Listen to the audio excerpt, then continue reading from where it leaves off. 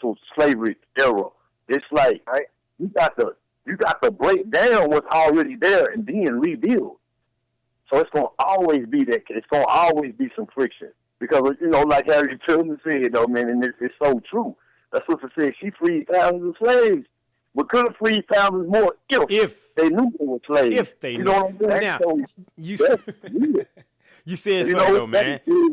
You said a word, right? Okay, now we're talking about in the realm of sports and stuff like that, right? Let me use that analogy real quick. Okay, now, well, at one point in time, they were talking about with the Rockets just tanking, right? Just going bad in order to get a high draft pick, in order, to get a better position and get closer to the championship, get bad in order to build up. Right? The Astros did the same thing. Right. They got real bad, and then they was able to build up. But what happened with the Rockets, though, the owner said, no, that's not happening. So what they do, they just kept adding pieces. They kept adding pieces. They weren't great enough to win the championship, but they weren't necessarily bad either.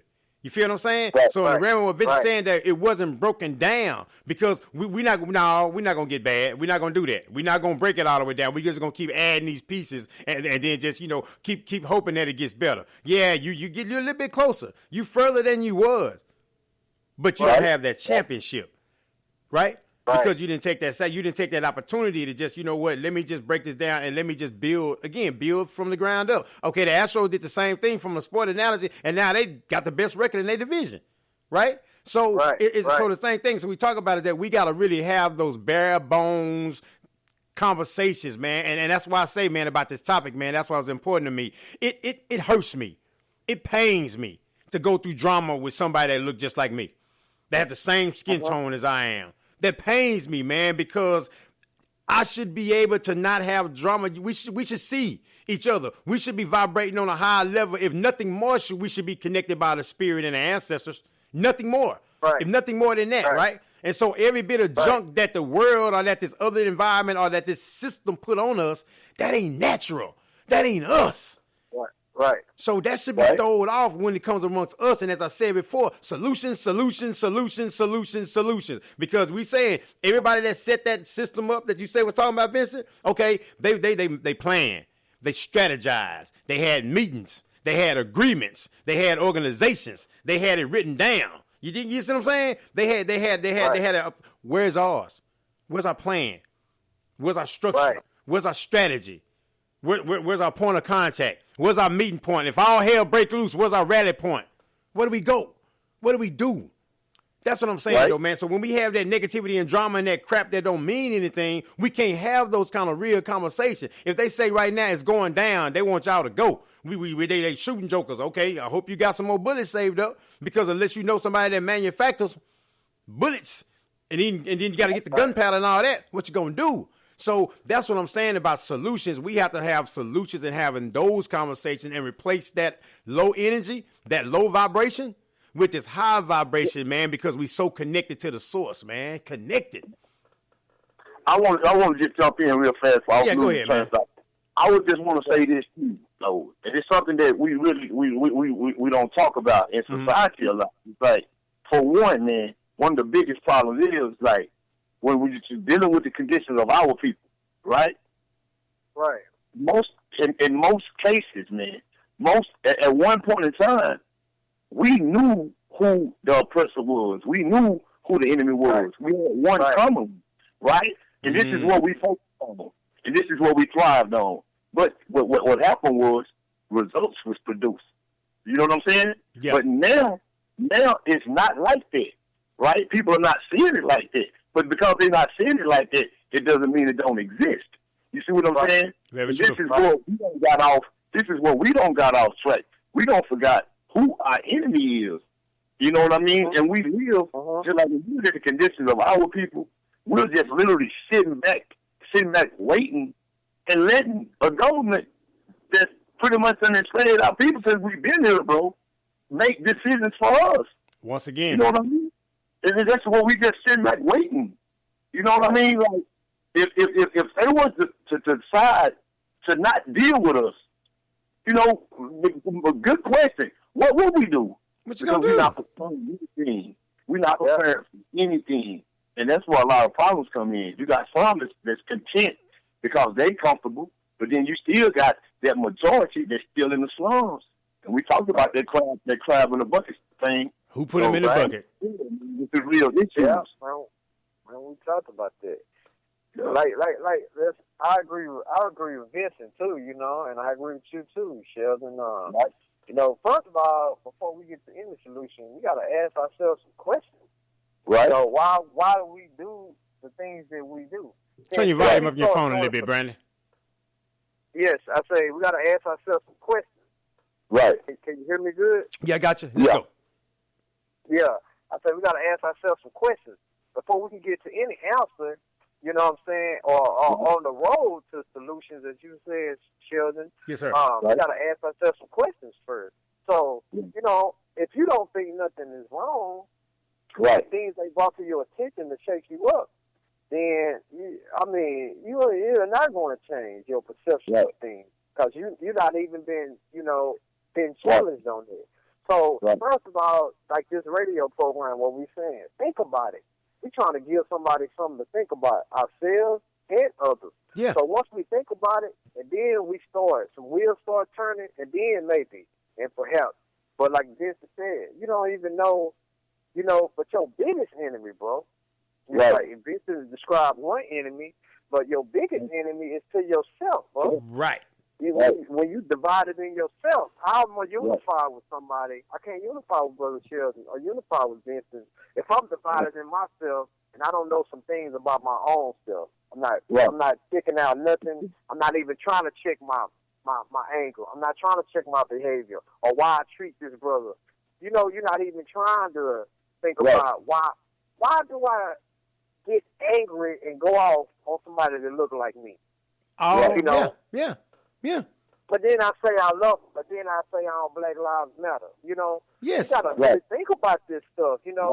I think Vincent quoted it. What you were saying, Vincent, two things can't occupy the same space. That's the law of physics. The law of physics. Yeah, Vincent said this on his Facebook. But what was it, bro? How did you say it? Like two things can't occupy one space at the same time. Right. So you can't be angry and happy at the same time, right? True. Exactly. So, yeah. Because hot and cold together, they call that warm. Right. And then, bro, I want to say this. Yeah. Pass the mic. Bro, think about this. When you are not producing anything, and I'm talking about on all levels, I'm talking about for the majority. We ain't talking about for the few. If your conversation is not fruitful in producing anything, bro, what are you doing?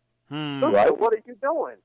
If you're not producing your seeds and rearing them properly, what are you doing? Because whatever you put out, you're going to get it back. So, a lot of us not being fruitful, bro. This is just the honest truth. We're not building anything. We're not building meaningful conversations. We're not building anything to leave a legacy behind. We're not working toward nothing but foolishness. Most of our conversations are vain, bro, and we're just sitting up wasting time. And this is why we in the state that we in. So if you bored or you just wasting time with all this negativity, of course you're going to lash out on anybody trying to do something positive because really you should be doing it too. So there's something in you that should be doing it, but you can cover it up like you were saying earlier. You can cover it up with all this nonsense, bro, and this is what's going on. We don't want to think, bro. We don't want to think anymore. Why you think about a radio, right? I struggle. I was sitting back, man, when I was brainstorming. I'm like, man, I was sitting back talking to my wife. I said, baby, I want to show, I want to put something out that just makes people just think, just spark a conversation and just start thinking about stuff that they don't normally, just go through their mind, right? She was like, we just writing stuff down. You're like, no. She was like, think about it. Yeah, ding, ding, ding, ding, ding, ding. Think about it. Then the next struggle, I need a logo. I need somebody to make a logo, right? So I had to get that done, and then I went through a few people because what I had in my mind, right, it didn't translate on the images that they were sending to me. So I'm like, okay, I can't do that. But finally got it, and everything just kind of matches, now, and it's just great. But what I'm saying though is that was so important to do that, and for you to say that, man, that just gives me confirmation, from what I was thinking about way back in October of last year, right? You know what I mean? Though, to do that, and then having a show to be able to just actually make people think, make people just have conversation that they normally wouldn't have because something was said on Straight from the Streets. Through Think About It Radio, right? To where it sparks a conversation and you say possibly can solve something and get a little bit further down the line than we were before because you took the time to actually use this brain. See, it's amazing that the stuff that we pay for is the stuff that we appreciate rather than the stuff that we were born with. We don't appreciate that. We don't value that, right? And that's amazing, and we see what we see, and that's what pains me though, man. I'm not mad at our people. I'm not angry at our people. I'm calling out to our people. I'm reaching out to our people, man. What can we do? Because see, I got people, man, in Haiti listening, got people in Florida listening, got people in Switzerland listening, got people in Texas listening. So to all y'all, man, sit around and talk to all y'all people in the Netherlands and listen. You dig what I'm saying? What are y'all doing? What are we gonna do? What are we gonna do when you have those conversations? And you hear somebody come in with that negative mumbo jumbo, stop it. Silence them. I was trying to say silence and stop at the same time. I say psyop it. But anyway, what I'm saying though, man, is that we have to be conscious of, hey, you know what? I'm going to kill that energy. Kill that energy. Right? Because that's not going to move us not one step closer. We haven't really moved that much. And as far as economically and ownership and things of that nature, as you mentioned earlier, Mr. Brandon, you dig what I'm saying? As far as the ownership part of it, right? And Claude Anderson speaks to that. They say 1/10 of 1% is what we own back then, and I think it's pretty much the same now. So those has to be, what can we do? Okay, if we know 4 or 5 people that does radio stuff, podcast stuff, can we build a station?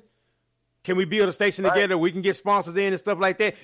Imagine if all those athletes, those melanated brothers, right? If they'd have stood with Colin Kaepernick, I got it right this time. Right. That's enough for them to start their own league. Right? Because, okay, there's 32 NFL teams. How many black owners?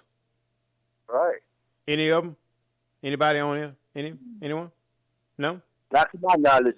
Okay. Now, again, listeners, if I'm wrong, respond. When I place it up, if you're listening live, respond on the comment. Or if you're not listening live, when I put it up, respond.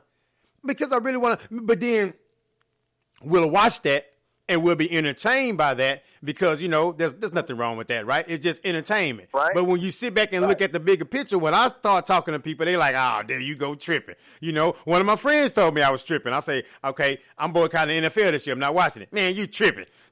so I'm like, okay, I hear you. But this is just something that I feel is necessary because it's like, they telling you right in their face, they don't care. Right. And so I can't consciously just sit back and just, I mean, some has to start somewhere, man. There's enough of them brothers in there to start their own league, to do their own thing, man, and have their own ownership and stuff, man. But again, I don't want to get off topic. I'm just saying, man, it's just, I want to see us. You understand what you're saying? Yeah, man. And again, because I love us, don't think I'm hating on nobody else and don't get all sensitive and get to tripping. You know what I mean, though? I'm just looking at the worst wheel on the car and I got to get it replaced. I got to get it replaced and I got to get it fixed. And because too long, my brothers, we have been putting patches where we should just replace the tire. But you think about this, bro, and Vincent addressed this before. Yes, sir. You know, I'm all for, it's good in a way. I understand. I agree with you on a certain level, what you're saying, because we still haven't broke that mold about ownership and like you're saying about the Colin Kaepernick. Now, on the other hand, the idea of as long as you're talented, it shouldn't be married by color and all that. I like that blendedness. That's how it really should be universal. Mm-hmm. But now, going back to what Vincent said on a previous show way in the past, you know, see, this is what happened when we want to assimilate so bad. You know, we used to have our own league called the Negro League. Yes, sir. Right. You know what I mean? Right. And you didn't have these problems like this, in a sense. In a sense, you did, because they still making the money. But I'm saying we still could have that. That's what I'm trying to say, bro. We still can have that today. We can have our own stuff. Like they have ruckers, they play basketball. We still could have that and make legit money. I think Ice Cube had got some show where he got these different brothers playing sports. Something he's coming up with. That's